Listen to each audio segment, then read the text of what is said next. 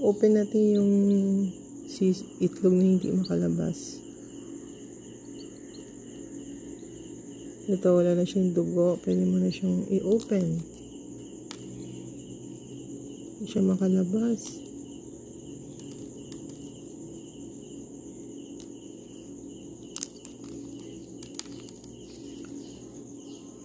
Situate nyo lang na wala na siyang dugo. Hello.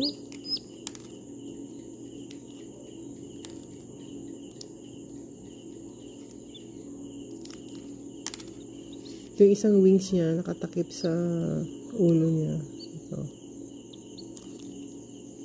Dahan-dahan lang po. Ayan. Ito yung toka niya. Ayan.